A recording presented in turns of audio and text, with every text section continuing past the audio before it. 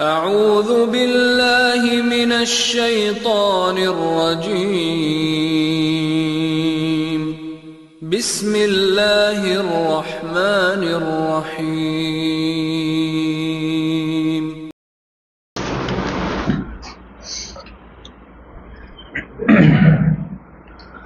حمده ونصلي على رسوله الأمين أما بعد أعوذ بالله من الشيطان الرجيم بسم الله الرحمن الرحيم قد أفلح من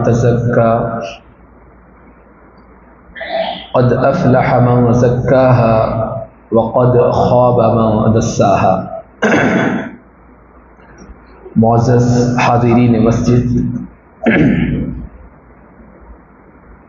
آج کے درس میں ہم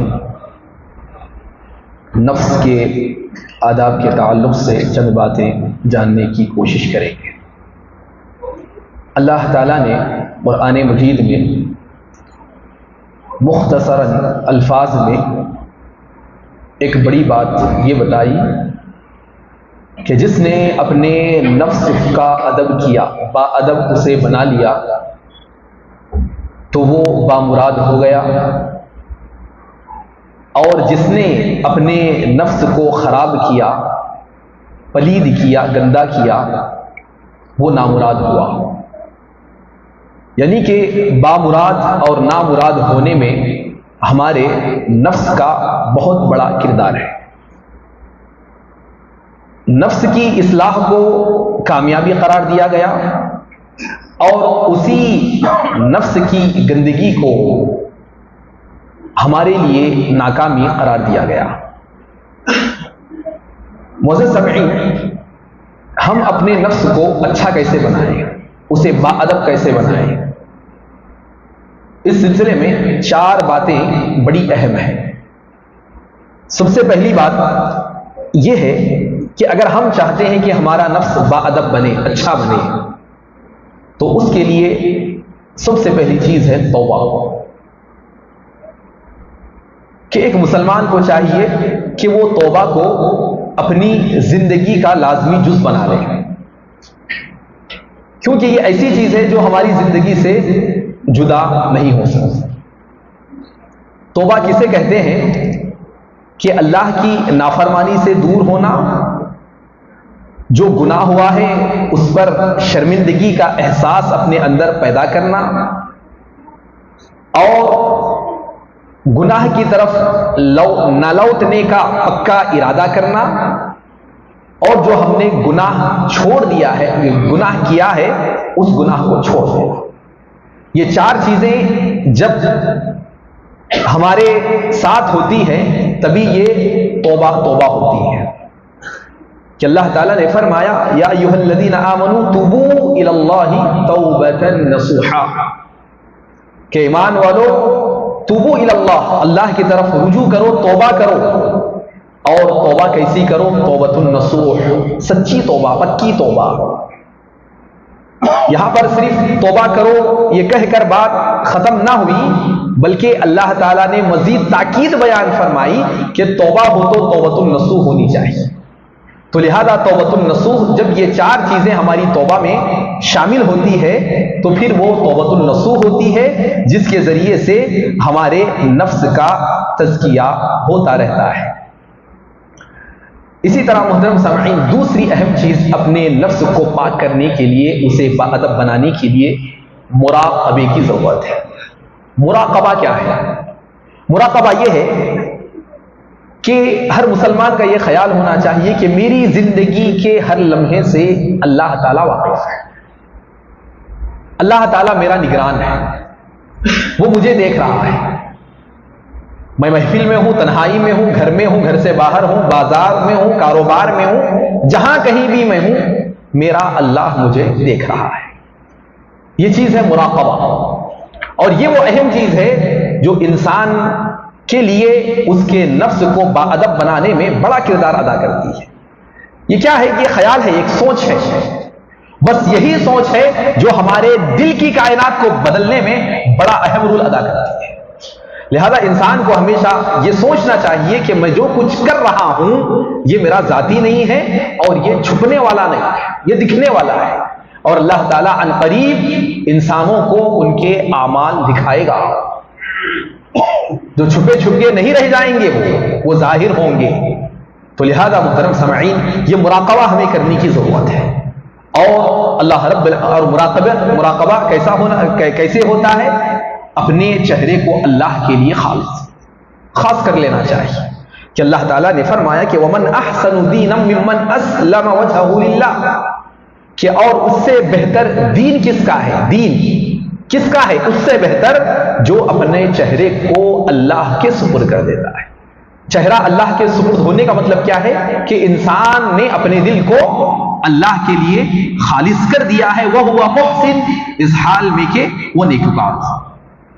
اسی طرح محترم سامعین دیکھیے، اللہ کے رسول صلی اللہ علیہ وسلم نے مراقبے کی ایک کیفیت یہ بیان فرمائی ہے کہ ان تعبد اللہ کأنک تراہ، کہ تم اللہ کی عبادت ایسے کرو، اللہ کو ایسے مانو کہ گویا کہ تم اسے دیکھ رہے ہو۔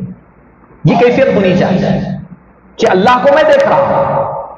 اگر یہ کیفیت ہوگی تو پھر ایمان کا لیول بڑھ جائے گا، نفس کا تزکیہ ہوگا اور نفس اعلیٰ درجے کے ادب پر فائز ہو جائے گا۔ اللہ کے رسول نے فرمایا اگر اتنا نہیں کر سکتے تم، یہ کیفیت تمہارے اندر پیدا نہیں ہو سکتی کہ تم خود اللہ کو دیکھ رہے ہو، تو کم از کم یہ ہونا چاہیے کہ فَإِن لَمْ تَكُنْ تَرَاهُ فَإِنَّهُ يَرَاكَ، کہ اگر تم اسے نہیں دیکھنے کی کیفیت تمہارے اندر نہیں ہے تو کم از کم یہ تو سمجھو کہ اللہ تمہیں دیکھ رہا ہے، اللہ تمہارے ہر لمحے سے باخبر ہے۔ ہمارے سلف صالحین کا یہی طریقہ کار رہا ہے۔ چنانچہ جنید رحمت اللہ علیہ سے پوچھا گیا کہ نظریں نیچی رکھنے میں کیا چیز مددگار ہو سکتی ہے، کیونکہ نفس گندا ہماری نظروں کی آوارگی کی وجہ سے ہوتا ہے۔ انسان کی نگاہ جتنا آوارہ، اس کا نفس اتنا ہی بڑا بدبخت۔ تو لہذا اس سلسلے میں سوال کیا گیا کہ ہماری نظریں نیچی کیسی ہے، جھکی کیسی ہے، ہماری نظروں میں اللہ نے جو حیا کا پانی رکھا ہے وہ باقی کیسے رہے؟ تو انہوں نے بڑا بہترین جواب دیا۔ انہوں نے یہ جواب دیا، تمہارا یہ جاننا کہ تجھے دیکھنے والے کی نظر، ہم جسے دیکھ رہے ہیں اور اللہ تعالیٰ ہمیں دیکھ رہا ہے، تو یہ کیفیت ہونی چاہیے کہ تجھے دیکھنے والے کی نظر تیری نگاہ سے زیادہ تیز ہے۔ ہم جسے دیکھ رہے ہیں لیکن اللہ ہمیں دیکھ رہا ہے اور اللہ کی نظر ہماری نظر سے تیز ہے۔ تم تو دیکھ رہے ہیں، اللہ تعالیٰ ہمارے دلوں کی کیفیات کو جانتا ہے، ہمارے اشارے، ہمارے کنایات، ہماری نظروں کا الٹ پھیر، یہ تمام چیزیں اللہ تعالیٰ جانتا ہے۔ یہ احساس اپنے اندر پیدا کرو کہ میری نظر کو دیکھا جا رہا ہے، میں کس نظر سے، کس زاویہ نگاہ سے، کس 360 اینگل میں میں کس چیز کو دیکھ رہا ہوں، اللہ تعالیٰ یہ دیکھ رہا ہے، اللہ تعالیٰ یہ جانتا ہے۔ اسی طرح سفیان ثوری رحمۃ اللہ علیہ بڑی پیاری بات کہتے ہیں کہ اس اللہ تعالیٰ کی طرف نظر رکھ جس سے کوئی چیز چھپی نہیں، اس سے امید قائم کر جو وفا کا مالک ہے، اور اس سے ڈر جو سزا دینے پر مکمل قادر ہے۔ اسی طرح محترم سامعین، تیسری اہم چیز جو ہم اپنے نفس کو باادب بنا سکتے ہیں، محاسبہ۔ یہ چیز بڑی اہم ہے کہ انسان کو چاہیے کہ دنوں رات اپنا محاسبہ کرے کہ میں کون ہوں، کہاں ہوں، میں نے آج کے دن کیا کیا ہے، کیا میرے لمحات بامقصد لمحات ہے، میری جو زندگی گزر رہی ہے جس مقصد کے تحت مجھے اللہ نے پیدا کیا ہے، اس مقصد کے تحت کیا میری زندگی جا رہی ہے۔ انسان کو اپنے آپ کا محاسبہ کرنا چاہیے، اور محاسبے کا ایک بڑا بہترین انداز یہ ہے کہ عمر رضی اللہ عنہ فرماتے ہیں، حاسبو قبل ان تحاسبو، کہ اپنے آپ کا حساب کر لو اس سے پہلے کہ تمہارا حساب دیا جائے۔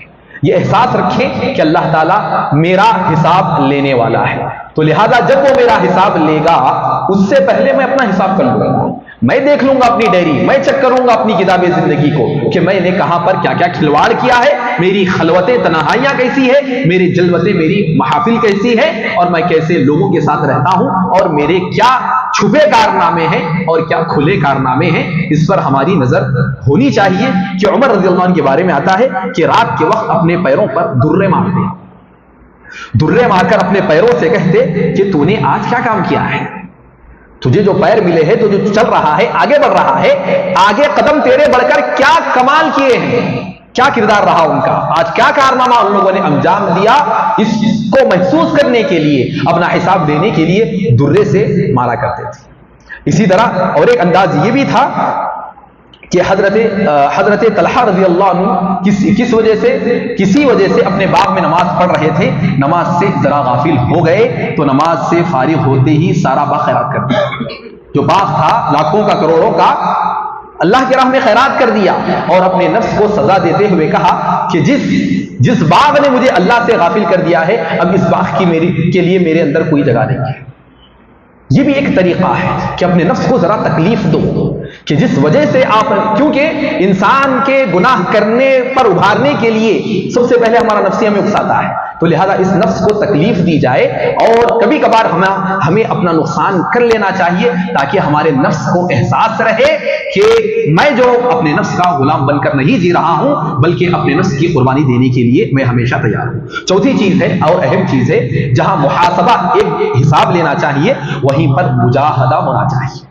دیکھیے ہم جانتے ہیں شیطان ہمارا دشمن ہے اور نفس جو ہے ہمارا شیطان کے کنٹرول میں بآسانی آ جاتا ہے، کیونکہ خواہشات انسان کے جو نفس ہے اس کے اندر خواہشات ہے. طبعی طور پر ہمارے نفس میں شر کی طرف میلان زیادہ ہے خیر کے معاملے میں، اسی لیے مثال خیر کی کیا دی جاتی ہے؟ اوپر چڑھنے کی دی جاتی ہے. شر کی مثال پھسلنے کی دی جاتی ہے. ہم جانتے ہیں چڑھنا مشکل ہے، پھسلنا کچھ بھی نہیں ہے، بیٹھے پھسل گئے، آگے نکل گئے. یہی کیفیت ہمارے نفس کو بہلانے میں پھسلانے میں شیطان کا کردار ہوتا ہے. لہذا اس لیے شیطان کو نفس شناس کہا جاتا ہے کہ انسان کی طبیعت کو اچھی طریقے سے جانتا ہے کہ کس طریقے سے اسے گمراہ کیا جائے. تو لہذا انسان کو چاہیے کہ شیطانی جو شر ہے جسے نفس امارہ کہا گیا ہے کہ وما ابرئ نفسی ان النفس لامارۃ بالسوء، اور میں حضرت یوسف علیہ السلام کے بارے میں آتا ہے کہ میں اپنے نفس کی برات نہیں کرتا، یہ تو برائی کا حکم دیتا ہی رہتا ہے.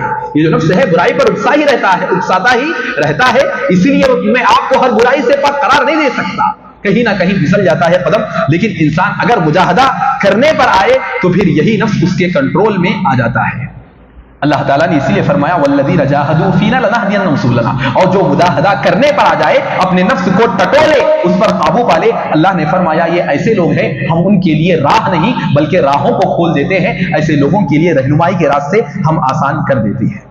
اسی طرح اللہ کے رسول صلی اللہ علیہ وسلم دیکھیے نبی کریم صلی اللہ علیہ وسلم تہجد کا زیادہ اہتمام کرتے ہیں. یہ کیا ہے تہجد؟ یہ مجاہدہ ہے اپنے نفس سے. اپنا نفس چاہتا یہ ہے کہ ہم سو جائیں، آرام کریں، بستر کے ہو کر رہ جائیں، لیکن اللہ کے رسول صلی اللہ علیہ وسلم مجاہدہ کرتے اور کہتے افلا احب ان اکون عبدا شکورا، کیا میں پسند نہ کروں کہ شکر گزار بندہ بن کر اللہ رب العالمین کی عبادت کروں. الغرض محترم سامعین، کہنے کی باتیں بہت ہو سکتی ہے لیکن اصل بات یہی ہے کہ ہمیں چاہیے کہ اپنے نفس کا سب سے پہلے ہم محاسبہ کریں، مجاہدہ کریں، مراقبہ کریں اور اپنے نفس کو توبہ کرنے کے لیے ہمیشہ تیار رکھیں. یہ چیز ہمارے لیے اس لیے اہم ہے کہ آج ہمیں سارے لوگوں کی فکر ہے، ساری دنیا کی فکر ہے، فلاں اچھا ہو جانا، معاشرہ اچھا ہو جانا، قوم اچھی ہو جانا، سب لوگ اچھے ہو جانا، لیکن میں اچھا نہیں ہوتا، میں جیسا ہے ویسے ہی رہتا ہوں. سارے لوگ میرے کو اچھے لگنا، سارا کام ہونا، دعوت کا کام ہونا، دین کا کام ہونا، کانفرنس ہونا، دین کی تبلیغ زیادہ سب ہونا ہے، لیکن میں جہاں کا وہی رہوں گا.